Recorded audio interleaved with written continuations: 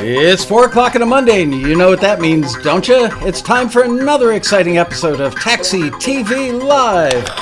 Woohoo! This week, starring 5 ways you can get the most out of Taxi. Yeah, baby.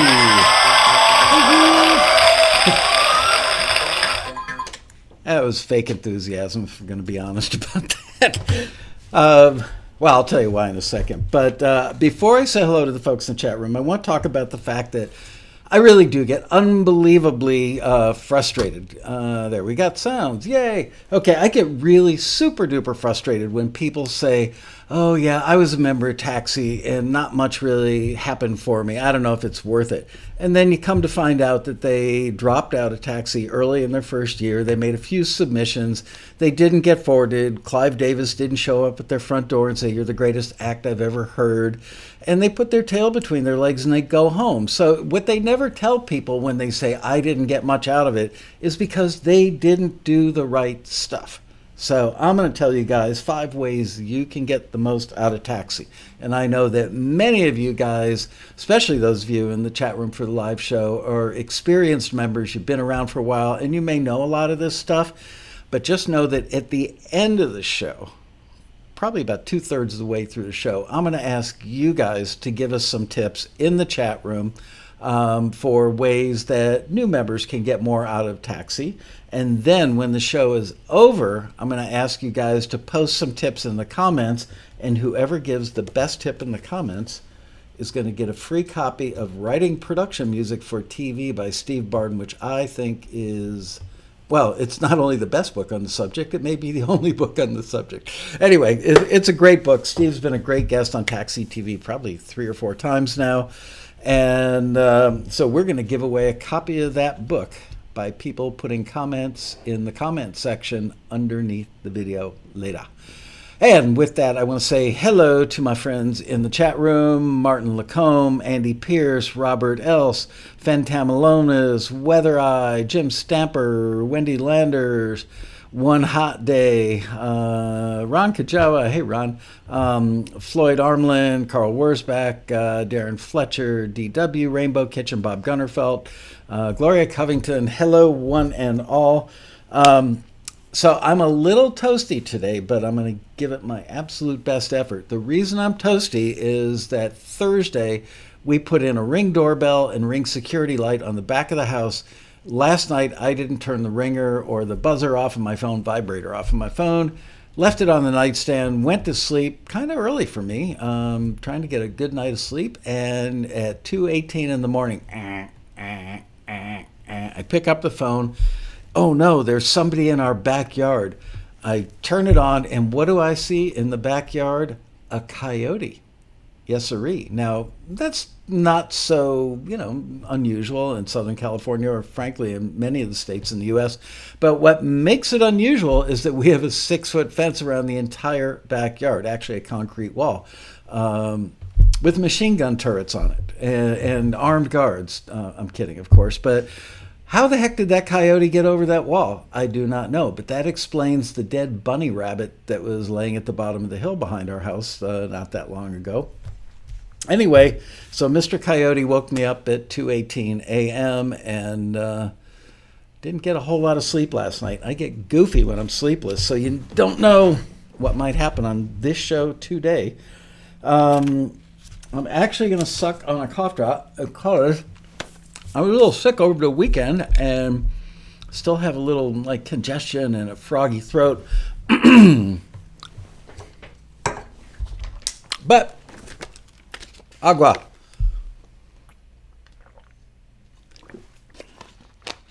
Harry Harlow says coyotes are noted pole vaulters. Never mind. Anyway, let's get right down to business. 5 ways you can get the most from Taxi. This might be the single greatest thing that you need to know. So pay attention, class. The number 1 way that you can get the most from Taxi is just by simply having the right mindset. You're probably not going to become successful in a few weeks or even a few months. So buckle in for the long haul. Our most successful members have coined and often used the phrase the 5-year plan. I didn't come up with that. They came up with that. And the reason they came up with it is our smarter, more experienced, and most successful members realized that, as I think it was Chuck Schlachter, one of our longtime members, said, it's a marathon, not a sprint. But so many people just, like, hey man, I joined Taxi. Why hasn't it worked out for me yet? But 90 days isn't the right amount of time. 5 years sounds like it's forever, but that doesn't mean you're not going to have any success for 5 years. You're going to have incremental success, but things really seem to kick in and gain momentum around 5 years. So think of it as a business, like if you open, I've said this before in the show, if you open a hot dog stand, chances are it wouldn't be successful day number 1 or week number 1. People need to know where you are.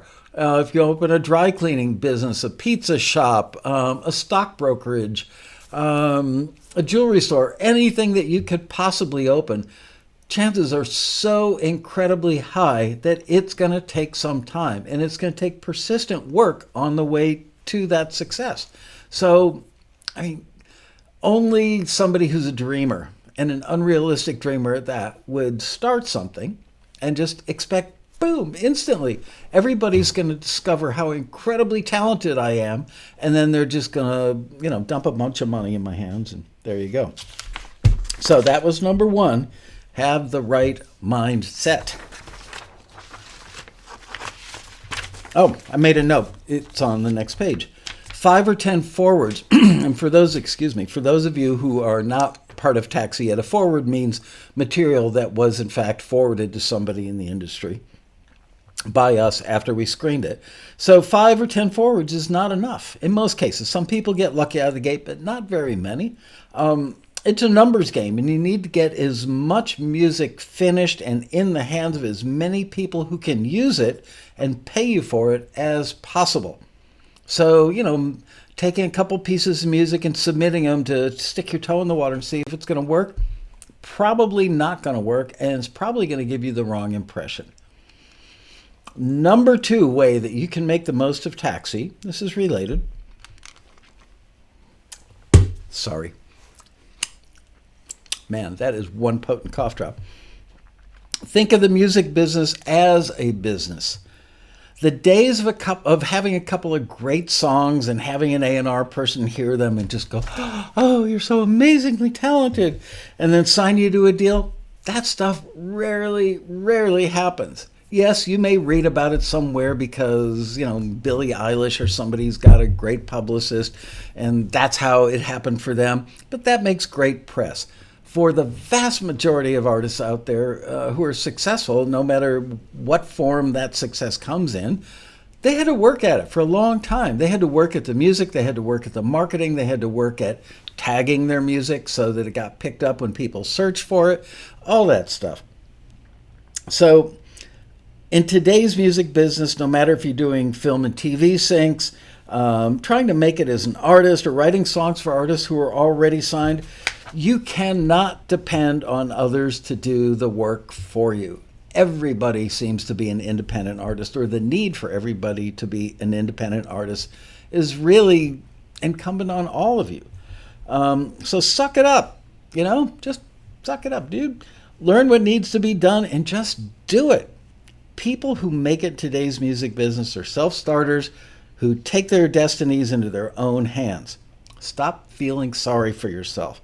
Man, oh man, if I see you sitting on the couch going, wham, wham, wham, poor pitiful me, I made all this pretty music that I love and my friends and my family love it, and nobody in the industry is smart enough to recognize what a genius I am, how talented I am, or how incredibly good my material is.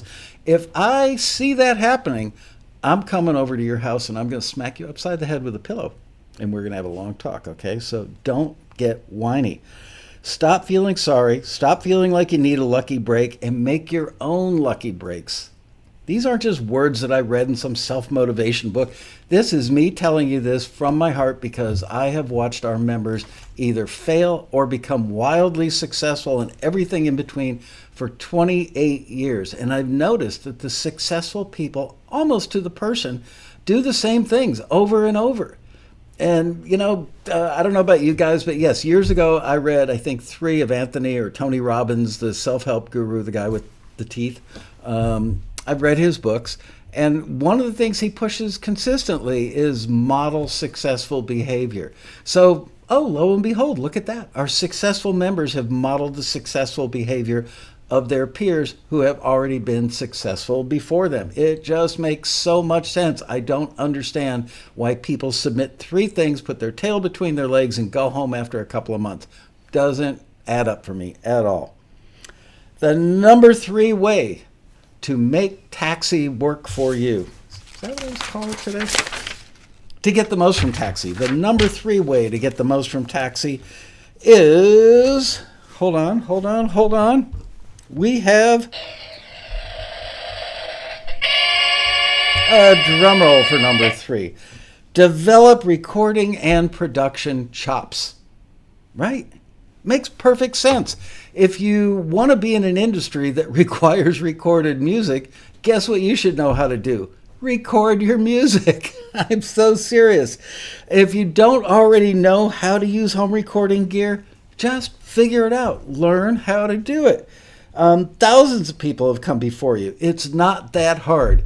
I'm going through it myself right now, setting up a little home studio because I feel a little bit guilty that sometimes I'm telling you guys to do stuff that I myself haven't done. Can I run an SSL? Yes. Can I run a Neve? Yes. Can I run an antique MCI recording console? Yes. Do I know a lot about mics and wires? Yes. Do I know anything about digital recording and having a digital audio workstation? Not so much. So I'm learning so that I don't feel like I'm out of touch with you guys, right? So everything you need to know is on YouTube. Everything. Literally everything in the world is on YouTube. I'm convinced at this point. I don't think a weekend goes by where I don't use YouTube for something that I'm doing around the house or something that I want to learn. I love YouTube.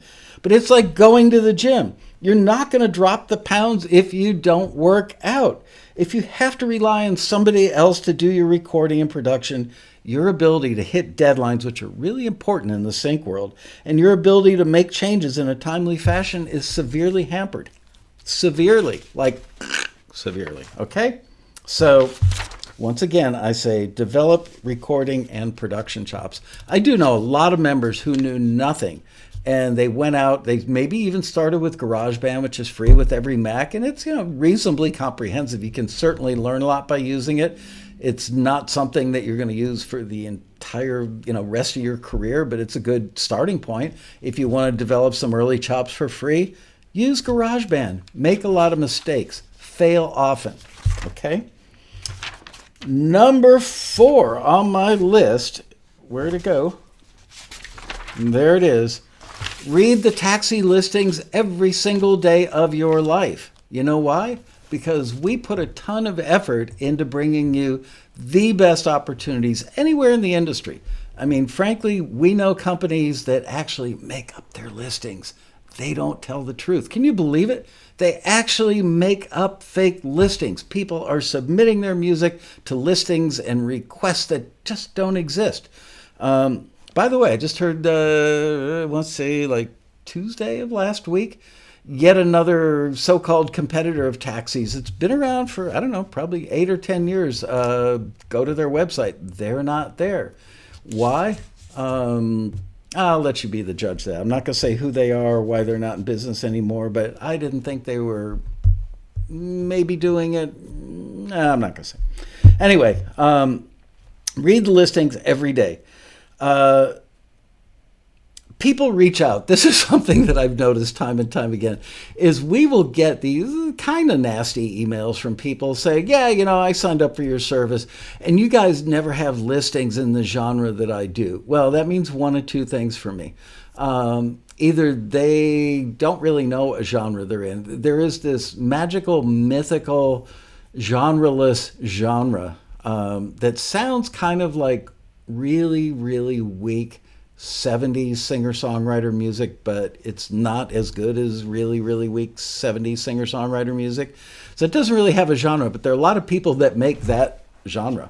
So they don't know what genre their music relates to as far as the taxi listings. But we get these people. The other thing that we hear from people is, you guys don't have listings in my genre. And the most recent one I ran into was somebody who sent an email that got forwarded from the member services department to me. This guy said, you guys never have any instrumental listings. What? What? What do you mean we don't have any instrumental listings? Do you actually look at our listings?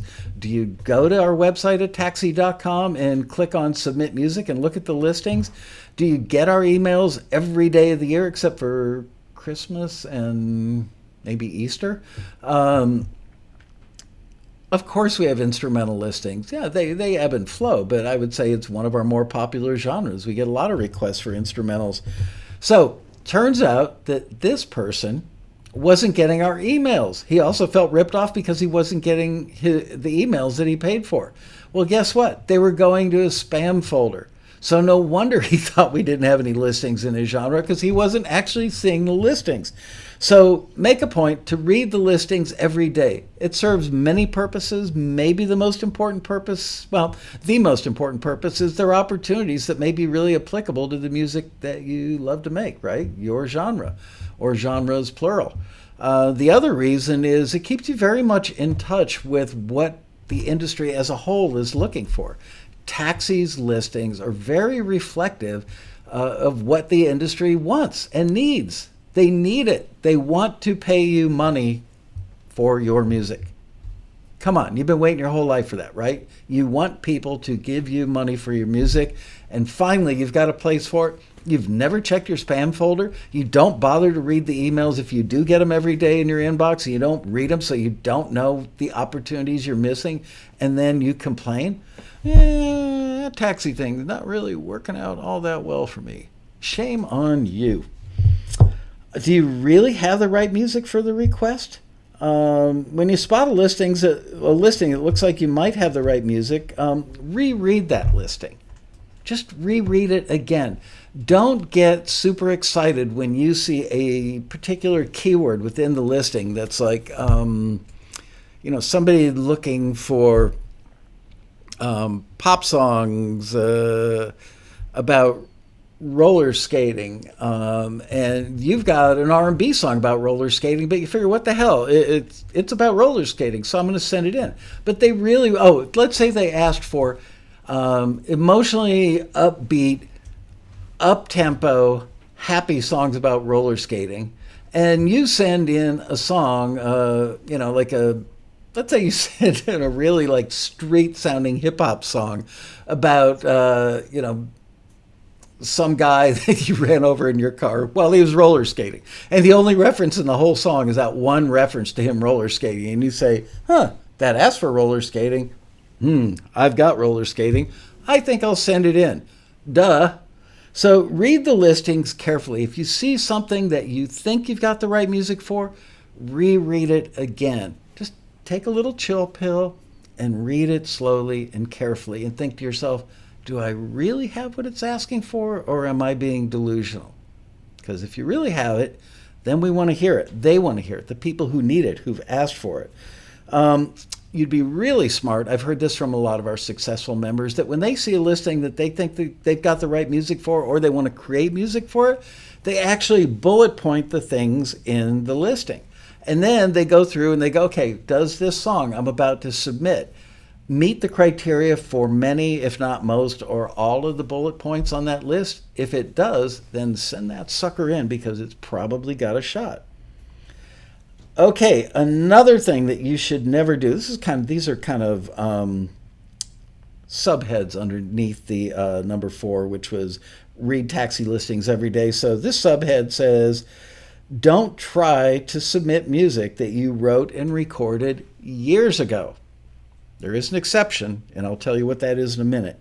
But if you're submitting music that you did 2 years ago, 5 years ago, 10 years ago, seems like the 80s and 90s are popular genres that people like to go back to. Must have been a lot of people recording stuff on like TAC 4 tracks, or maybe ADATs in the 90s. And they submit this stuff for the listings because they go, well, look at the criteria. I've got many of the criteria match up with my music. But there's a really high probability if you look in the first sentence of that listing that it says contemporary pop songs or current sounding pop songs. And so these folks, of course, it applies to other genres, not just pop, excuse me, but they submit music that sounds dated. It doesn't sound contemporary. It doesn't sound current. It doesn't sound like today. But most of the time, not all the time, there are certainly exceptions where they want music that sounds dated, and I'll tell you about that in a second. But most of the time, they want contemporary music. So, yes, your song is about roller skating. Yes, it's a pop song. Yes, it's happy. Yes, it's emotionally upbeat. It meets all those criteria except one of the most critical ones, which is it doesn't sound contemporary. So they can't use it. They don't want their movie or their TV show to sound like it's old, unless they want it to sound old. And that's where the old stuff comes into play. I see many of you in the chat room are current members. You know the drill. We get a fair number of requests from companies that want vintage music. They want music. Sometimes they want music that sounds like it was from the 90s. And that's okay if it just sounds like it's from the 90s or 80s or 70s, whatever era that they want. But some of the better companies that get a ton of placements with vintage music, they want the real deal. And they're not looking for hits. Would they like a hit? Sure. But more importantly is they want music that sounds authentically from a particular era. And there's a pretty good chance that music is going to be played in a scene as a background source piece, meaning that if you were standing in the room with the actors on the set, wherever they are, supposedly at, let's say they're in a bar, that music would be heard by the people standing around the bar, like it'd be coming through those round speakers in the ceiling or coming from a jukebox or possibly even coming from a band in the bar. And they want music that's authentically from the era and sounds like it would be played in that place during that era. But they, I lost my train of thought. I'll figure it out, remind you later. I'll remember it, like halfway through the show. Oh, the lyrics are not that important. That's a good thing to remember. Yes, would they prefer to have lyrics that are universal, that don't talk about specific dates, times, places, people, brands, or mention profanity? Because it's going to be played in the background. Sure, in a perfect world, that would be awesome. But because it's going to be played in the background, not all that critical. The authenticity to the era and capturing the mood of the bar are the two most important things. So let me see. Oh, even if you have current music that sort of matches the request, chances are very high that it doesn't match enough of the requirements. Said that earlier. I can be repetitious. You need to learn to create new music quickly. Oh no! I need to learn to create music quickly. Why, it took me 6 months to do that last song. I don't care. You need to learn how to do it in 6 days or maybe even 6 hours. And you can.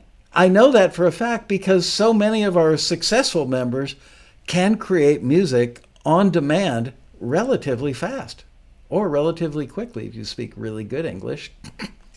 We've got members that will see a request for, emotionally up-tempo pop songs about roller skating at 3 o'clock in the afternoon, and they know that all submissions need to be in our hands by noon the next day. Will they stay up all night and create something that's written on demand, written to order? Yes, they will. Are those the pieces that more often than not tend to get forwarded because they put a lot of effort into it and they're writing and creating and producing and mixing to order so that they can meet many, if not most or all of the criteria? Abso-frickin-lutely they do. So if they can do it, so can you. They're not so special. I think I've only met a couple of our members that are actually like legitimately geniuses.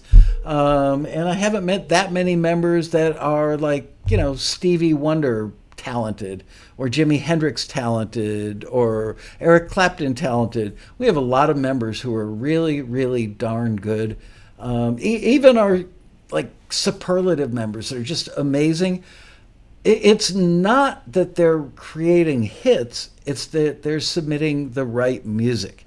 Now, that may get your panties in a bunch, you're thinking, oh no, they're not looking for hits because I create hits. Sounds to me like it's very factory like, and it's like commoditized music. Ooh, that's bad. They're not looking at the art.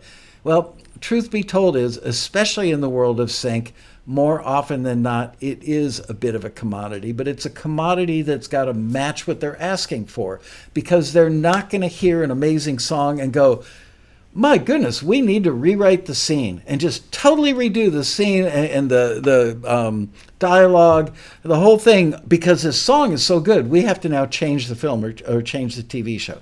Ain't gonna happen. So they already know what the scene is. They know what the dialogue is. They've probably got it edited already, and they need a piece of music that is going to enhance the emotion in that scene, or maybe has a lyric, if it's a vocal thing that they're looking for, that goes along with the theme of the script.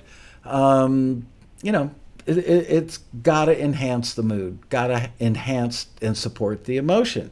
So they're looking more for that than they are hits. And frankly, in some cases, if the song is so good, it may be too good because it might actually distract from the dialogue.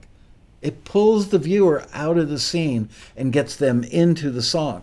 Not good. So, is it commoditized? To an extent. Does it take you out of creating art?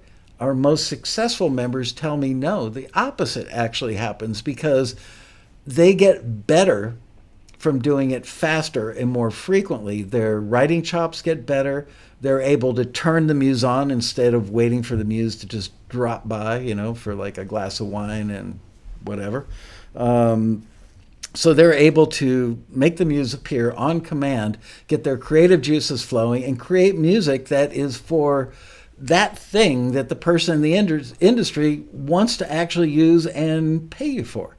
So that's great. It generates income. When it generates income, you can make a choice. Do I want to go dig ditches, or work in a factory, or work at Costco, or be a pharmacist? No, that's not a good example. We actually have a really talented member who is a pharmacist. But you know what I'm saying, a regular straight day job. Or wouldn't it be cool if someday you could actually make enough money making music that you could support yourself, and then at nighttime work on your stuff, your artistic grand opus? They're not mutually exclusive. And frankly, doing the music to order, if you will, doing music on demand during the day, learning how to be fast at writing, learning how to be fast at recording, learning how to be fast at producing, learning how to be fast at mixing, all those things set you up to make better music for your grand opus, your artistic endeavors that are from your soul, not on demand for the sync industry. Okay, so kind of a best of both worlds situation. Okay, number 5. Woohoo! Boy, we're burning right through these babies, but I've got a surprise for you in a minute. Number 5 of the 5 ways you can get the most from Taxi. Drum roll. Become part of the Taxi community. The community? You guys have a community? Those of you who are new to Taxi TV, maybe watching the archive later, turn on the chat room. You will see my beloved community. These people are active. They know each other. They write with each other. They work on each other's material. They hang out and have beers at our convention every year, the Road Rally. Everything about them says community, and it just happened organically, which is the best way for a community to start. You can't force a good community to happen. It really does have to happen because of the souls and the good nature of the people who form the community. They come together because they're like-minded, and they end up liking each other. They find ways to work together. So become active on the Taxi forum, which is at forums with an S, forums.taxi.com. And you know what? Take your music and throw it up in the peer-to-peer section. And don't think you're going to get slammed like you would on some of the other forums out there. People are actually helpful. You're going to get really, really great feedback from people, your fellow members, which will help you get better faster on every level, whether it's writing, recording, producing, mixing, any of those things. If you have a question about, how should I do these string articulations? Has anybody used this program, and is there a shortcut? Somebody in the taxi community will know about it. You don't understand what a universal lyric is? Somebody's probably posted about it. Actually, 30 people have probably posted about it, and you can get a great education about universal lyrics, amongst many, many other things. The information that you'll hear from taxi members is likely to be far better than the old wives' tales that you've heard via word of mouth over your musical career. Here's my favorite example. I hope this guy doesn't watch Taxi TV, because he's going to be really pissed that I'm throwing him out there as an example. But back in the day, I was actually in a band when I was about 13, 14 years old called the Benjamin Franklin Lightning Rod Society. Our massive fan base called us the BFLRS. And there was a guy, an older guy, who was probably 18 or 19 or 20 years old, that lived in the general neighborhood where all of us kids who still rode our bikes to band practice. This guy, his name was Eugene Oates. And I can't remember the name of the band he was in, but he had this giant custom bass amp, custom with a K, K-U-S-T-O-M, the ones with the like tuck and roll padding on the outside. They were the coolest bass amps ever back in the day. He had one of those, and the guy actually had a tattoo. Man, was he a badass. So this is before tattoo. Back in that time period, you only had a tattoo if you'd been to prison or were like a biker, So yeah, Eugene Oates had a tattoo. He had this really big amplifier. He had long hair. He had, like a goatee. He was cool, man. And Eugene Oates used to tell us, fill our little stupid 14-year-old heads with all kinds of information that once I got into the actual music industry, I found out that everything that dude told us was wrong. But we were too young and too dumb to understand that this guy was already a resentful, failed musician by the ripe old age of like 19, 20 years old, whatever he was. So everything that came out of his mouth came through a filter of he hated the industry because nobody liked his music. Nobody offered him a record deal. So he was just a big old sourpuss. And so the information we got was wrong. I don't know if he knew it was wrong or if he was just a sourpuss giving out wrong information because he didn't know any better. I don't know what his motivation, if there was any motivation. But the fact of the matter is, I grew up until I got into the real music industry thinking that the stuff I learned from Eugene Oates, the guy with the big-ass bass amplifier, it was wrong. And that's what my belief system was wrapped around for years. So just don't believe all those things that you heard. Think about it. If you're going to listen to information and think of it as being true, you got to consider the source. Why would you consider the information you're getting from somebody who hasn't been successful to be valid? Seek out the successful people because they are the ones that know the deal. They're the ones that know the real information that you need to know. So consider the source and listen to the advice from those who have already proven themselves to be successful. Okay. Did I have a number 6? Oh, that was number 6. Yes. Oh, that's my big secret. I couldn't stop at 5. You know me. So I've got, that was number 6. This is the number 7th way that you can get the most from your taxi membership. Oh, and I've already kind of covered it. Silly me. Listen to the music that was forwarded. Listen to, the actual tip is learn from those who are successful, which I already just said. Listen to the music that was forwarded to the same listings that you were returned on. You know what? Don't hate the taxi screener. Don't hate taxi. Don't hate yourself. Don't hate anybody. Look at the fact that you didn't get forwarded for a particular listing as an opportunity to learn. Take that, find the silver lining. So go listen to the music. Ariana, what's the URL for our forwards blog? Is it Taxi.com? Yeah, blog singular, I think. blog.taxi.com/forward or forwards. Yes. And Forwards with an S? No, singular. Forward. Okay, so blog.taxi.com/forward. Ariana will put it in the chat room, so you've got it there.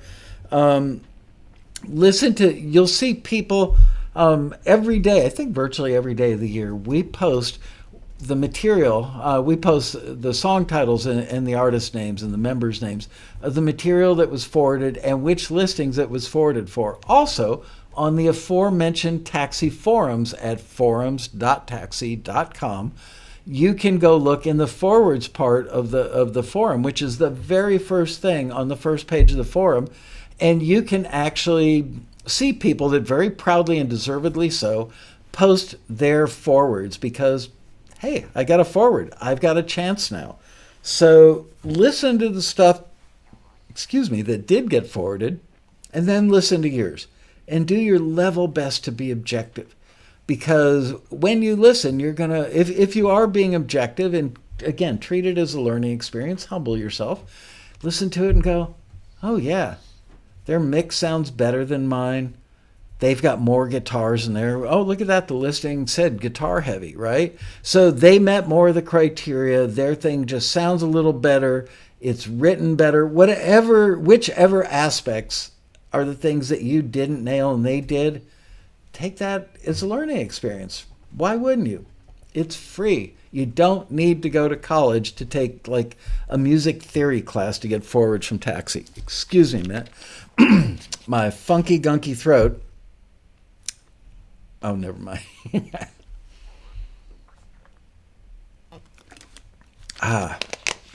That was refreshing. Okay. Oh, look at that. I've got 2 number 7s. Man, I was really on the ball today. So the second 7th thing that you can do to get the most from Taxi is use the feedback that our A&R people are giving you. Will they be right 100% of the time? Nah, probably not. Will they be right probably 90% of the time or greater? Yeah. Could they have things in their critique that some you agree with and some you don't? Yeah, absolutely. Should you shove it in a drawer or shut the file, close the file on your computer and look at it in a few days once you've calmed down? Probably. Because there are probably several different things in that critique from the Taxi screener. Now remember, that screener is somebody who's unbelievably well credentialed. These are not interns. These are not people we picked up in the parking lot at Home Depot and gave them your music and said, write a critique. No, these are all people with resumes. You'd go, wow, I can't believe these people actually work for Taxi screening music. But you would feel that way about every single one of them. So if they're giving you feedback, some of it is going to be really apropos, maybe a lot of it. Listen to it, but wait until you can mentally absorb it, because there's going to be the keys to the kingdom will be buried in those critiques. And look for consistency. If 2 or 3 people are telling you that your melodies don't go anywhere, just saying, 2 or 3 people saying the same thing, that's like 3 of your friends writing "Wash Me" on the back of your car, right? I've never had that happen. Okay. The number 8th way to get the most of your Taxi membership is, where is my drummer?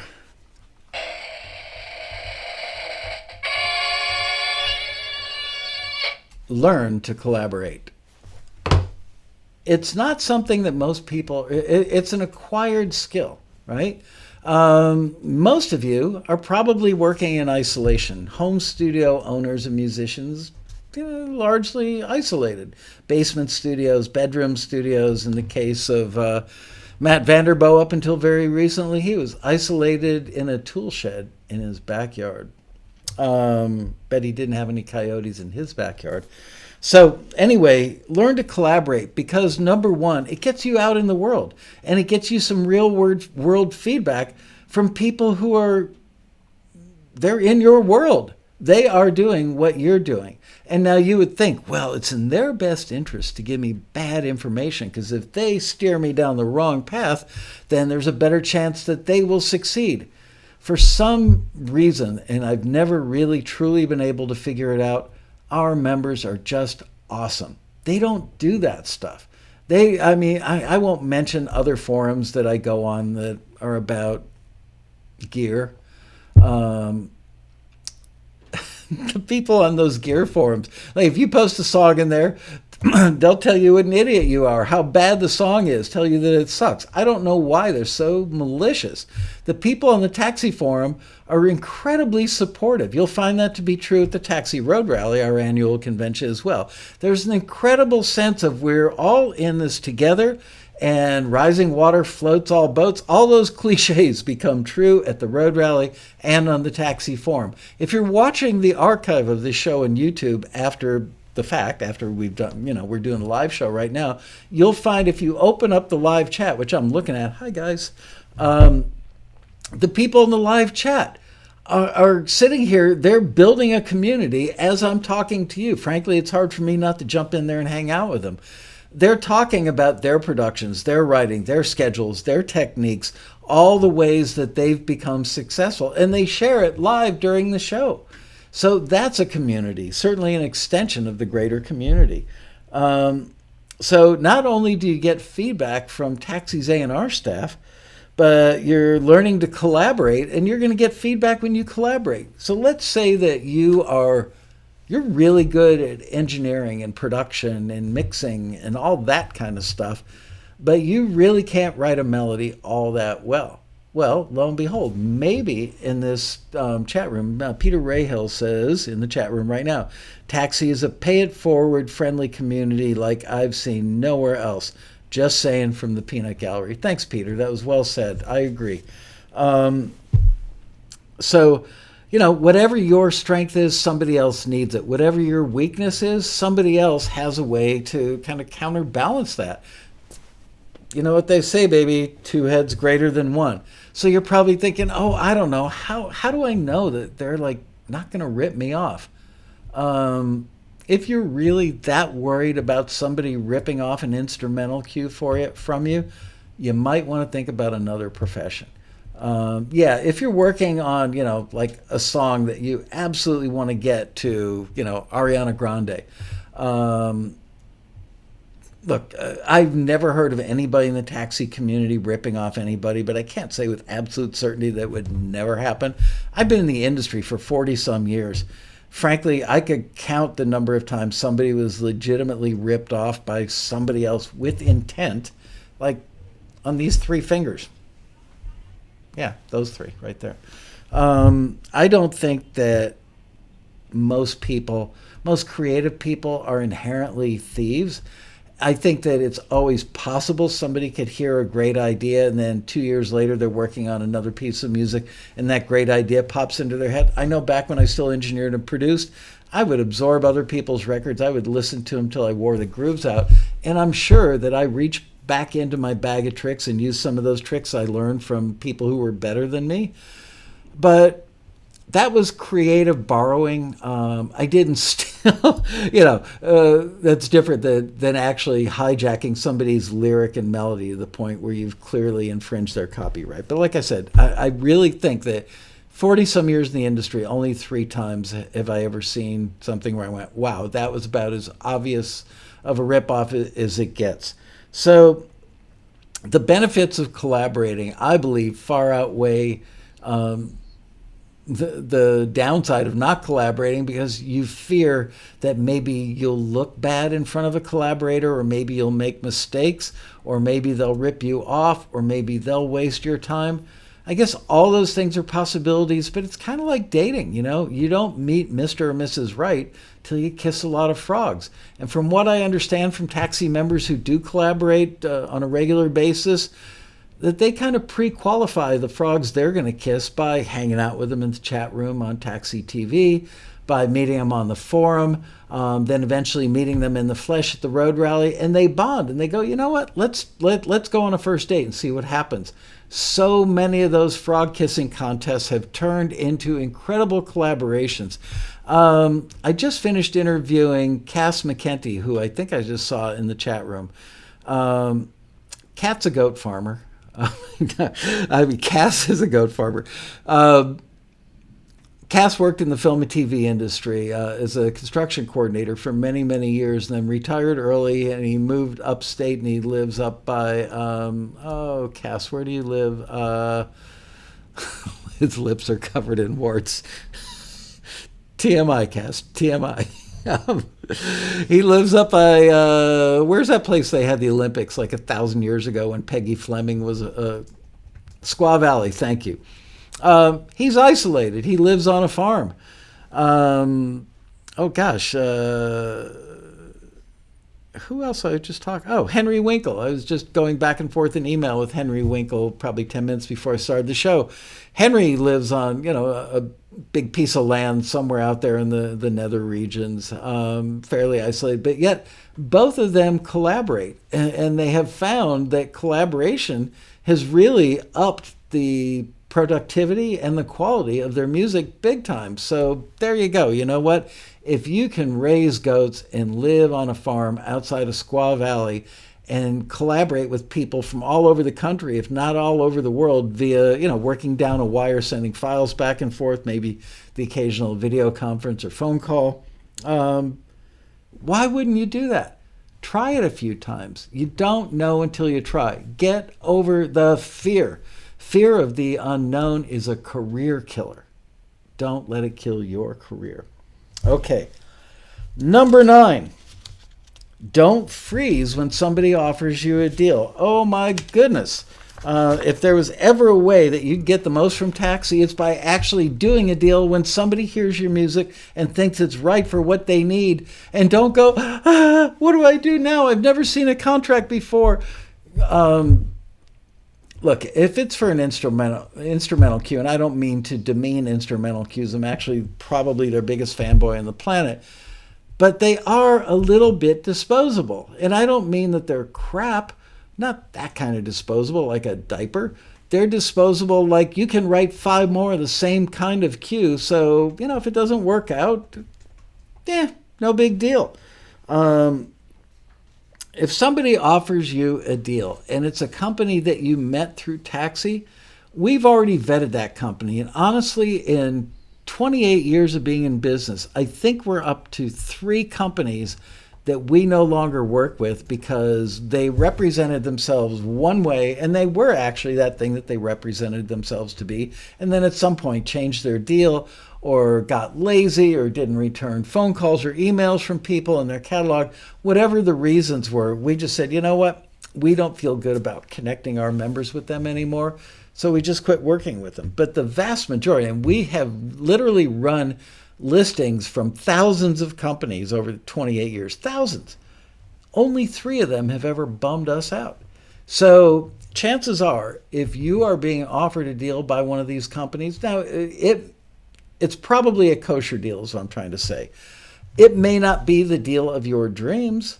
It may have some things in it that you don't like, but if it's for an instrumental cue, better to have your music in as many catalogs as you can get it in. Some deals will be better than others. Some will be more to your liking than others. But you won't get ripped off by the companies that Taxi is going to introduce you to. So, look, you can go on the forum and ask other people if they've ever done business with those companies. Could you get a music attorney? Yes. Any attorney would tell you, seek the counsel of a music attorney. Do what Matt Hurt, one of our most successful members of all time, did. He paid a music attorney to sit down and go over a couple of contracts with him until he really understood how to read a music library contract. He is probably more expert on music library contracts than many of the attorneys that I know, because there aren't that many attorneys that really deal with the music library or the sync side of the industry. Their idea of a sync is getting a Beyonce song in a $100 million production of a blockbuster movie that's coming out next Christmas. So they don't really understand, getting a dramedy piece in an episode of the Kardashians. It's just not their bailiwick or ballywick, however you say that. So when somebody offers you a deal, ask around. Be cool about it. Don't put the company's name up on the forum, because the companies don't like that, because then they get a huge influx of people sending them a bunch of unsolicited material. And then somebody says, oh, yeah, I got your name through Taxi. And then they call me up all ticked off. And I don't like getting calls from people that are ticked off. Freaks me out. So there you go. Remember, instrumental tracks, disposable. In a good way? There is a good way to be disposable. Don't worry about it. Commodities are okay sometimes. Again, if you're working on a song, you might feel differently. If you're working on a song that you absolutely feel in the pit of your gut is a big hit for somebody, that's a different set of rules. Instrumental cues, you can write 5 more, different keys, different melodies, different moods, same setup, same template on your DAW. And that stands for Digital Audio Workstation. Okay, number 10, the 10th way that you can get the most from your taxi membership. Suck it up and learn how to make the time to create more music. Wah, wah, wah to the people who say, oh, I've got a family, I've got a job, I've got all these grown-up responsibilities. Wah, wah, wah, wah, wah. You know what? Our most successful members have those things too. Keith LeBrant, we had him on the show last week.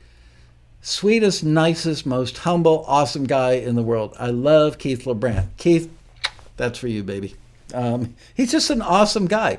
He is like everything that's right with this little cult of musicians that we've got called taxi members. He's married. He's got a programming job. But somehow this guy has made enough music that his music has made it into 750 different TV shows. 750. That's a lot of shows. That's thousands upon thousands of placements, right? Because you got to figure that he's got sometimes 3-4 pieces in some of those shows, maybe more.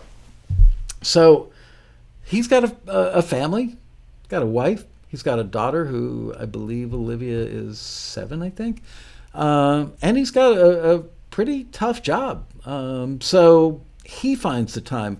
Another one of our members who's becoming really successful is a guy named Randon Purcell in Salt Lake City, Utah, I believe, or no, somewhere in Utah. I can't remember the name of the town. I want to say Handy, but it's not Handy. Sandy, maybe? I don't know. Wherever it is, it's in Utah, Sandy, Utah, and his name is Randon Purcell, and he makes unbelievably great sounding trailer music. The dude gets up at 4:30 in the morning, and you know what? If you want it badly enough, you should get up at 4:30 in the morning too. Where there's a will, there is a way. So I don't like it. Don't do it. Don't do it in front of me, all right? So that's it. I think I've covered it all. But like I said, I'm going to, in a moment, I want you guys to shoot up some tips, and I'll read them while we're on the air. And then afterwards, go to the comments section underneath the video on YouTube and put your tips for ways that you think your fellow members can get the most out of Taxi. And try and make it like new member centric, you know? For people who just joined and really don't know what you guys know because you're here all the time and you know a lot of this stuff. So think about what you would say to a new member that you're hanging out with in the registration line or the bar at the road rally, and give them some tips. And whoever gives the best tip, Ariana will pick it, and she will send you Writing Production Music for TV by Mr. Steve Barden. Okay. I want to mention, I'll remind you of this later because at the end of the show, but there is going to be no Taxi TV next week. I'm out of the office next Monday, but I will be back in the office, I think it's March 2nd. Yep. I will be back in the office and back in the saddle right here to be with you for another exciting episode of Taxi TV Live on March 2nd. All right, let's see what you guys have for suggestions on how other members can get the most from their Taxi membership. There's a good one. New member, get an experienced member to collaborate with. All right, here's a good one. Who's that from? One Hot Day One. One Hot Day One. Okay, sounds like something you'd get at a Asian noodle place. I'll have the One Hot Day One, please, with a little hot sauce on it. And the suggestion was collaborate with a member who's more experienced than you are, right? Did I get that correct? For new members. For new members, yes. If you're a new member. And you know what? Don't be a cheeseball when you're courting that. You know, it's kind of like dating again. Don't make your approach like, we're just like all over them. Be cool, man. Just hang out, get to know them a little bit, let them get a sense of who you are, and then go, maybe we should collaborate. Versus, hey, I heard you're really good and you're really successful. Want to collaborate? Because they will see that for what that is, which is riding in on their coattails. By the way, what do you guys think of the lava lamp? I spare no expense to make this show a quality production. So I dropped $19.95 and I got myself a lava lamp. The bummer is it's very colorful, but you can't really see the colors all that well. But I like it. Hope you guys like it. Peter Rahill says, I like a lava lamp. Got mine on right now. Cool, bro. Robbie Hancock says, this must be Robbie's suggestion for ways you can get the most from Taxi, is go to the road rally, spend time in the forum, and watch Taxi TV. Those are all excellent suggestions. Let's see. Andy Pierce says, invest in yourself and go to the road rally. We hear this all the time. Andy Pierce flew 20 hours from Australia. Dude, you have my respect. Met a load of other first-timers and now friends and collaborators. It's a no-brainer. Anybody who gets on an airplane and flies around the world, first of all, when you get off that plane, you must be jet lagged like crazy. I don't even know how you can walk and talk, let alone, go to a convention with a couple thousand people there and make friends, but you did it. So hats off to you. Andre Stepani says, glad you moved the lava lamp from the side of the speaker. Yeah, but you know what? I'm a little worried. If we get like a 4.3 tremor, that thing is going to come down and that oil is going to be all over the carpet in my otherwise oilless office. Robert Else said, write, submit, forget, repeat. Robert Else said, hold on, I have a visual aid.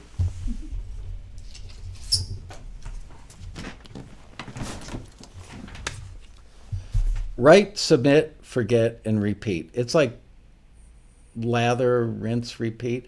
They just do that to get you to use more shampoo. I figured that out. But write, submit, forget, repeat. It's not a play for us to get you to spend more money submitting. It's that don't dwell on one single thing. Write, submit, move on, forget about it, and then repeat the cycle. Get as much music in the pipeline as you can. Write, submit, forget, repeat. Don't forget. It's important stuff.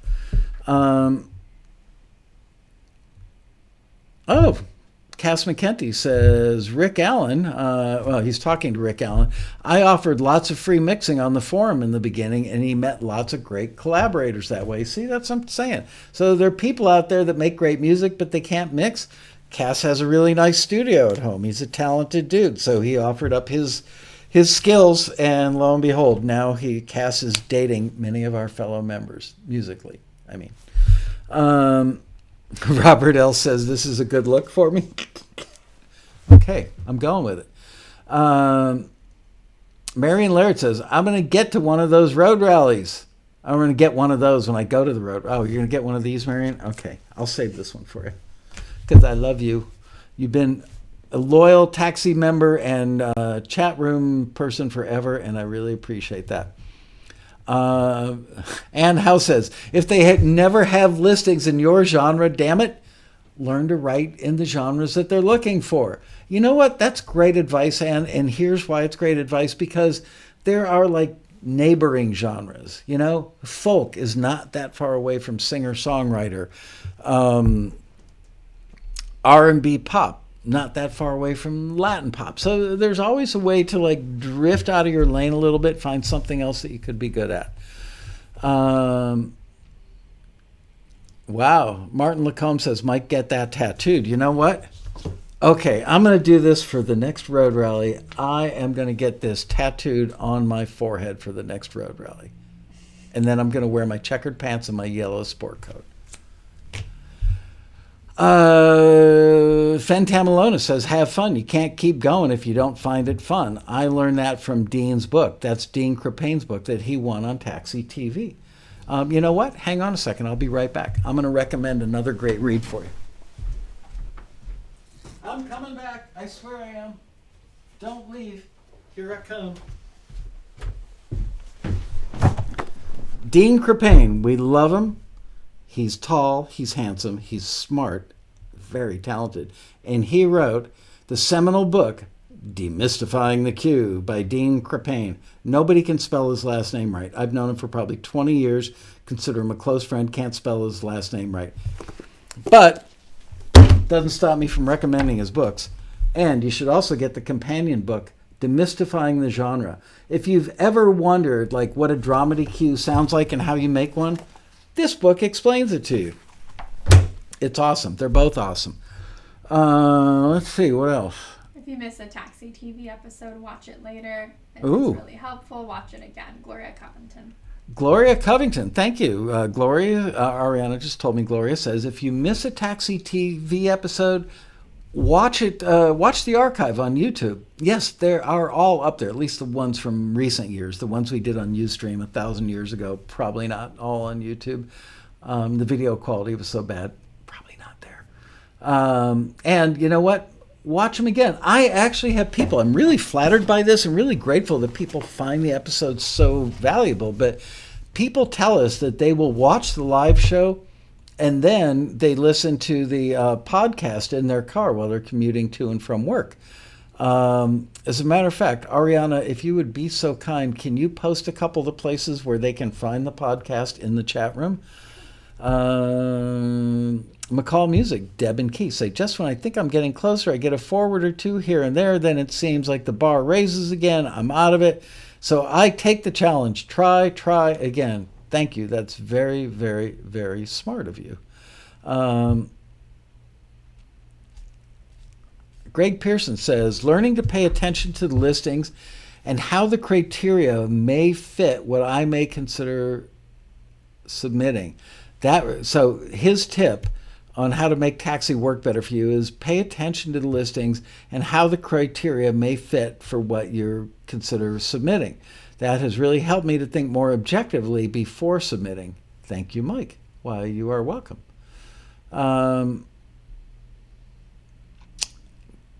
Kathy McKenzie says, I'm new to this. Is there a registration form for the road rally?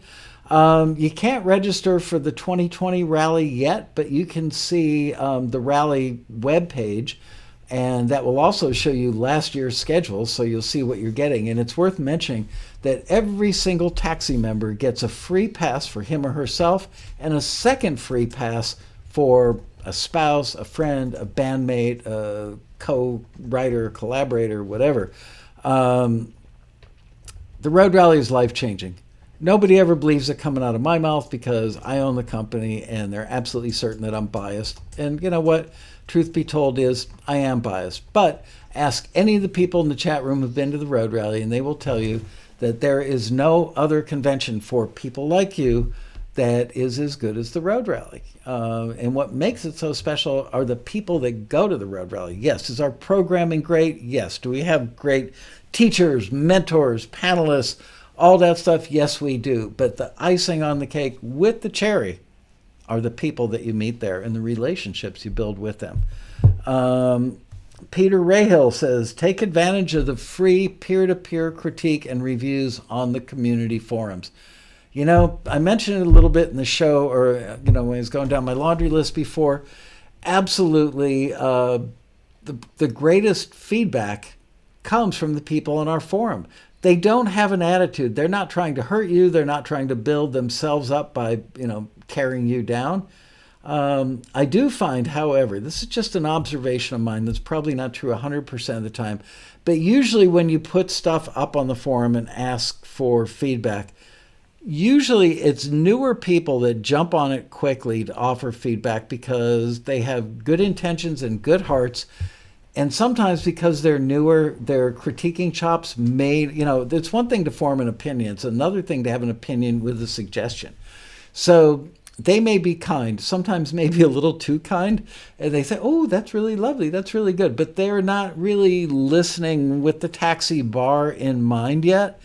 So I don't want to say ignore the first couple, but pay a little more attention to the stuff that's further down the list. That's when you get the meatier critiques. And that's not true 100% of the time. It's just an observation that I've made.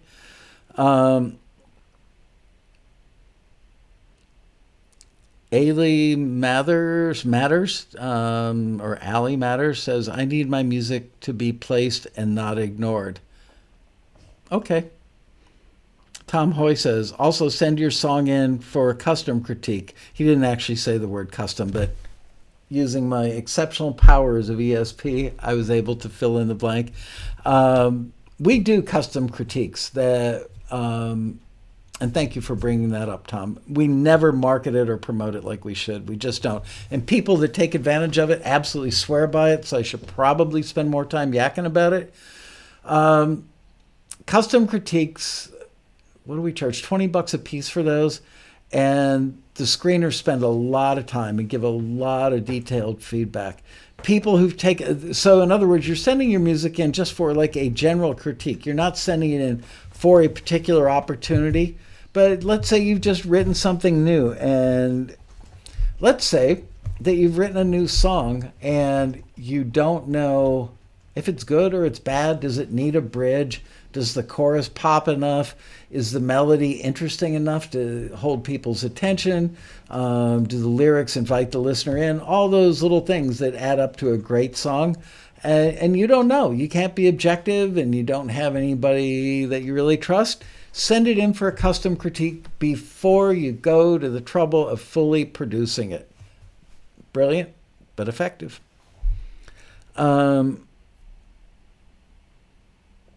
Ron Kajawa says the gentleman who earlier said he didn't want to, or I'm not sure if it's a man or a woman actually, doesn't want his or her music to be ignored. Make sure it fits the pitch.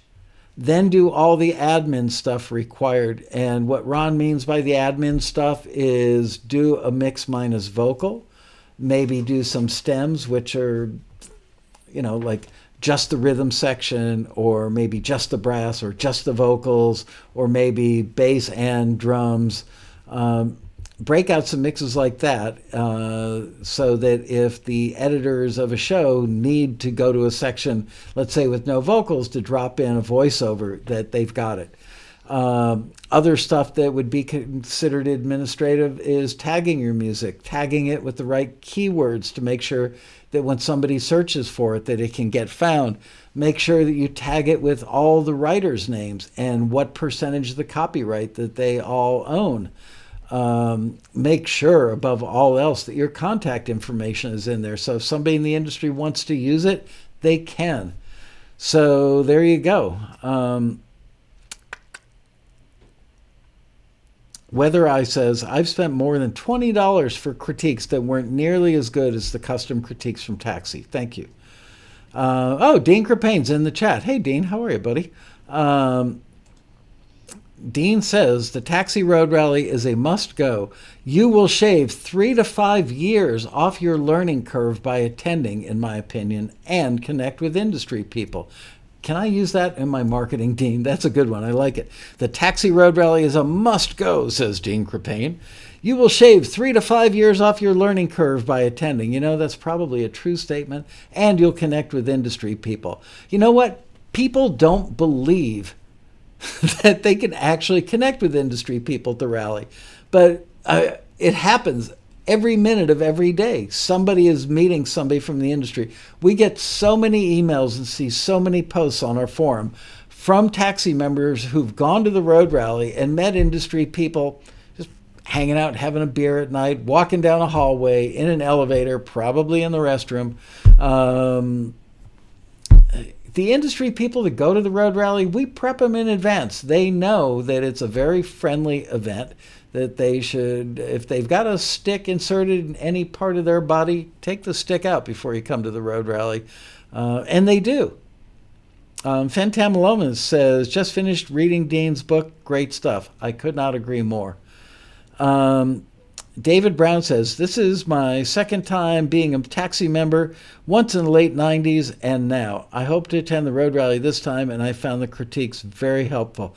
By the way, we changed the critique forms. We've been doing a lot of work on the website and the back-end databasing stuff that you guys don't see. We've spent oodles of money and oodles of time, pulled out a lot of hair over these issues. And we recently launched new critique forums. In the past, basically, it was like one forum served all, kind of. And there were a couple of forums. But now we've got like a film and TV instrumental critique forum. We've got a film and TV song with a vocal critique forum. We've got a critique forum that is if you're pitching songs to artists on labels. We've got a critique forum if you're a band trying to get signed by a label. So do you guys like these new critique forums? We're finding that the screeners are moving a little more slowly, but we think that they're, kind of getting up to speed on the new forums. Andre Stepanian says, way better user-friendly website now. Thank you. Robbie Hancock says, I met Ken Colley outside the washroom randomly just before his panel. Really nice man. Yes, he is. I love that man. I really do. I'm trying to get Ken to do his new book about the making of the album Tusk with Fleetwood Mac recently came out. And so I'm probably going to go over to his studio and do a Taxi TV and interview him about that book sometime in the next few months, probably next few weeks. Weather Eye says +1 on the news site and the forums. Rick Paul says the new forms are helpful, especially the 3 top summary bits in the categories and the checklist. Yeah, what we did was we found that the screeners were writing basically the same comments over and over because so many people make similar mistakes. So we made many of the checkoff items are reflective of those common mistakes. Just saves time. Ron Svoboda says the new forms are much more helpful and the new site is very impressive. Thank you.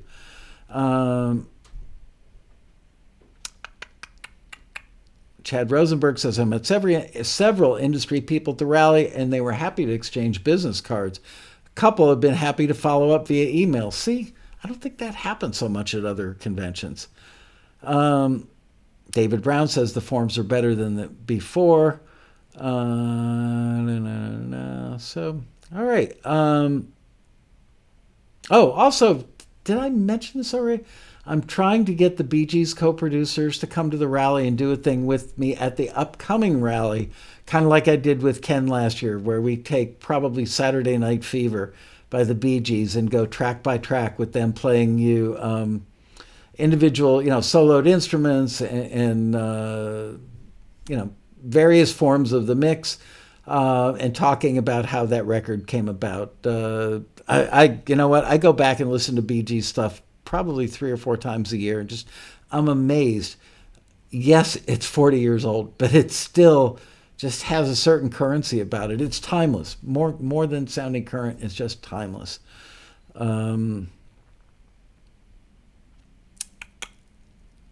The open listening panels, Mike and Deb McCall say, Keith and Deb McCall say, the listening panels to the Road Rally are really helpful. The feedback is mostly doable, meaning that the feedback that they got was stuff that they can probably accomplish. Ron Svoboda wants to know, this is a good question, Ron, why do taxi dispatch opportunities cost extra? I'm glad you asked, because that's one of those things I should probably talk about more and don't.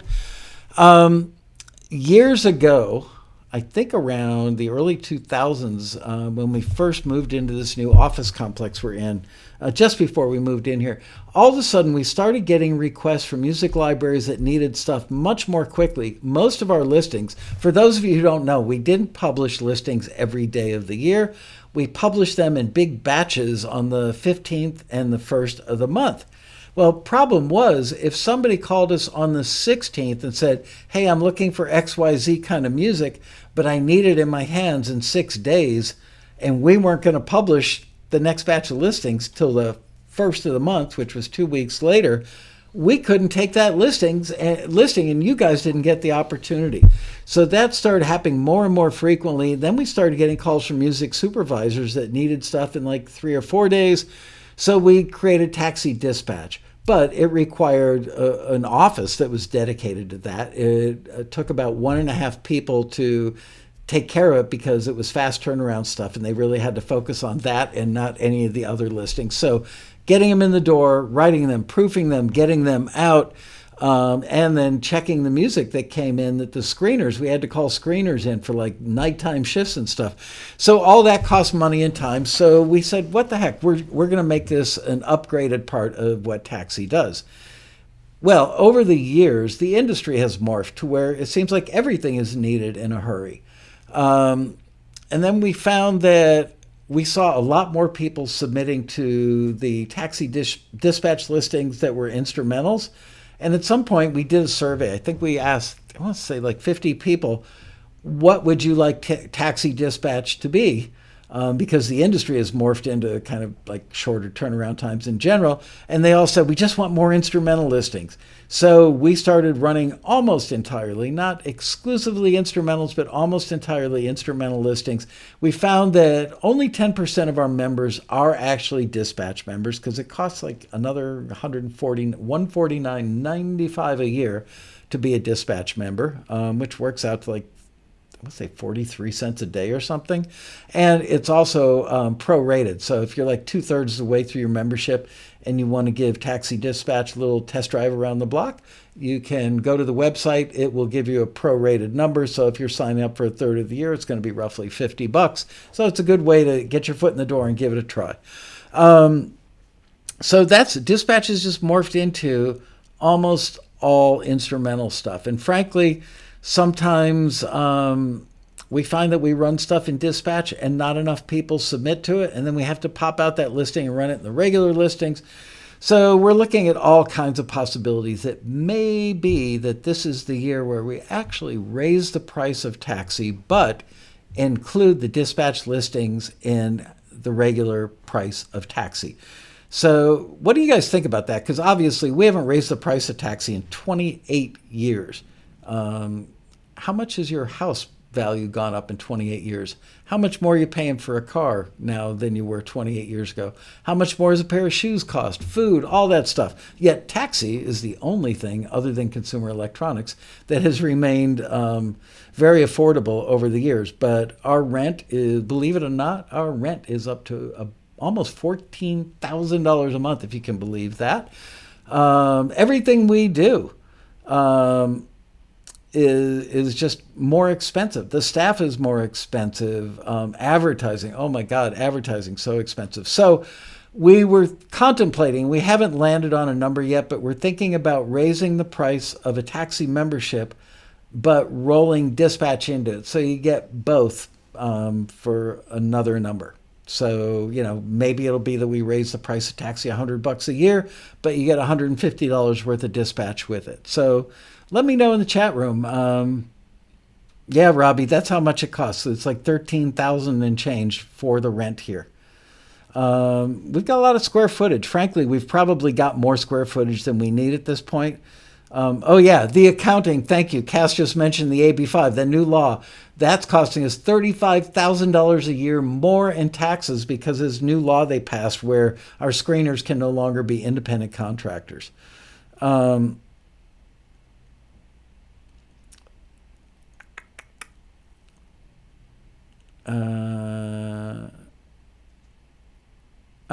people are basically saying they like that. They like the idea of us rolling dispatch into the regular thing and just making it $100 a year more for taxi. Cool. So, yeah, we're looking at that. We wanted to get done with all the website changes and feel really good that we were giving you guys. Oh, yeah, we spent about $150,000 on the website stuff, if you can believe that. So, yeah, we spend a lot of money, and it's time, I believe, to raise the price. I'm reading, sorry, for those of you watching the archive, I'm reading the chat room now.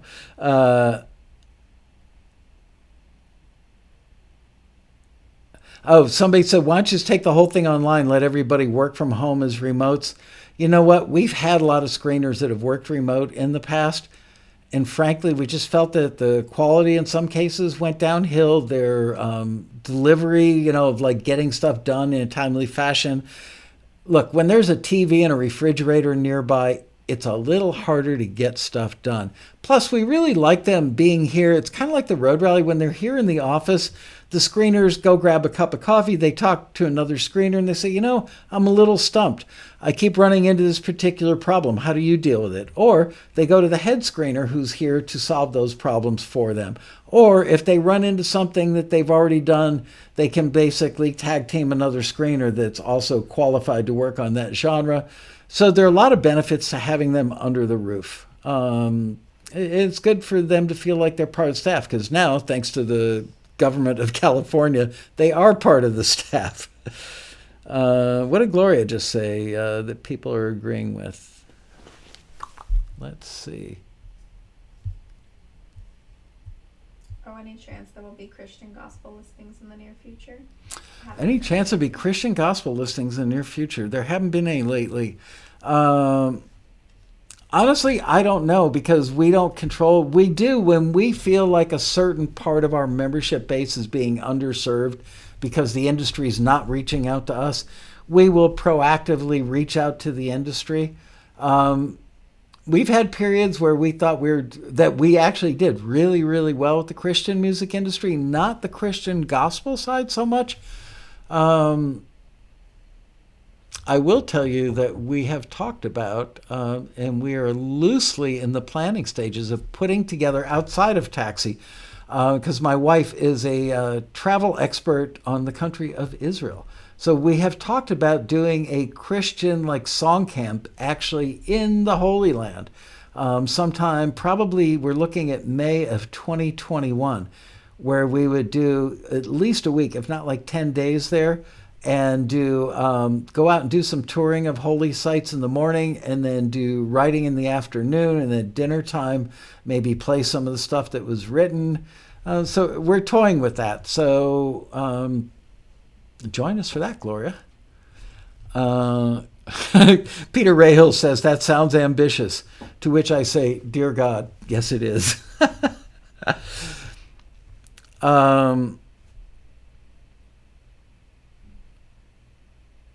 Don't post company names in the chat, please, Fen. Can we remove that? Yeah. I'm trying to find it. Please, yes. Honestly, I don't know if he would be part of that because he doesn't do Christian stuff. And, my wife and I are not Christian. We're Jewish, but we go to Israel a lot. We have children that live there now full time. And I don't know, just we actually were part of a tour once in the old city in Jerusalem. And the tour guide took us to the Church of the Holy Sepulchre. And we just looked at each other and went, wow, we've got Taxi members that love to write Christian music. They would love Israel. If you've never been there, it's an amazing place to go. And you don't feel unsafe. I always tell people I feel safer walking around the streets of almost anywhere in Israel, safer there than I do walking from a parking lot at the Staples Center actually into the Staples Center. I always feel like I need, a ninja sword or something to make that walk from the parking lot into the Staples Center. But yeah, Israel's pretty mind-blowing. You feel something special when you arrive there. The history is amazing. And so, yeah, we've talked about it. We've been talking about it for a couple of years. And we're thinking about doing it. We're getting more and more serious. With that, I think I want to say goodnight because my throat's getting dry. And the congestion from being ill over the weekend it's moving around. So I want to remind you guys, please go into the comment area below and comment any other suggestions you have for ways that your fellow members, especially the new ones, can get the most from their Taxi membership. And one of you people that Ariana will pick out in the next few days is going to send you that book. Mojo says, feel better, ML. Thank you. I'm actually not that sick now. I've just got the goop hanging over from being sick.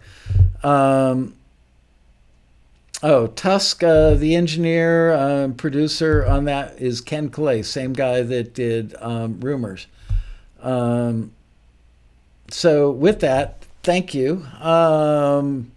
Kathy McKenzie says, thank you. You gave us double the tips than promised. Yep, I always try to under-promise and over-deliver. I will see you guys back here in 2 weeks for another... Where's the band, damn it? Here's the band now. For another exciting episode of Taxi TV Live. And don't forget, did I tell you what we're going to do in 2 weeks? I'm going to have Bill Gordon, who is an amazing piano player. And this guy has had amazing placements with nothing more than solo piano cues. So I want to pick his brain and find out what he knows about solo piano cues, because a lot of you can do that. They get used all the time in the back of, restaurant scenes, elevators, what have you. They're used pretty frequently, cocktail jazz being probably the most frequently asked format. So with that, I bid you a fond farewell. See you again on March 2nd. Adios, ladies and gentlemen. Thanks for joining us today. Bye-bye.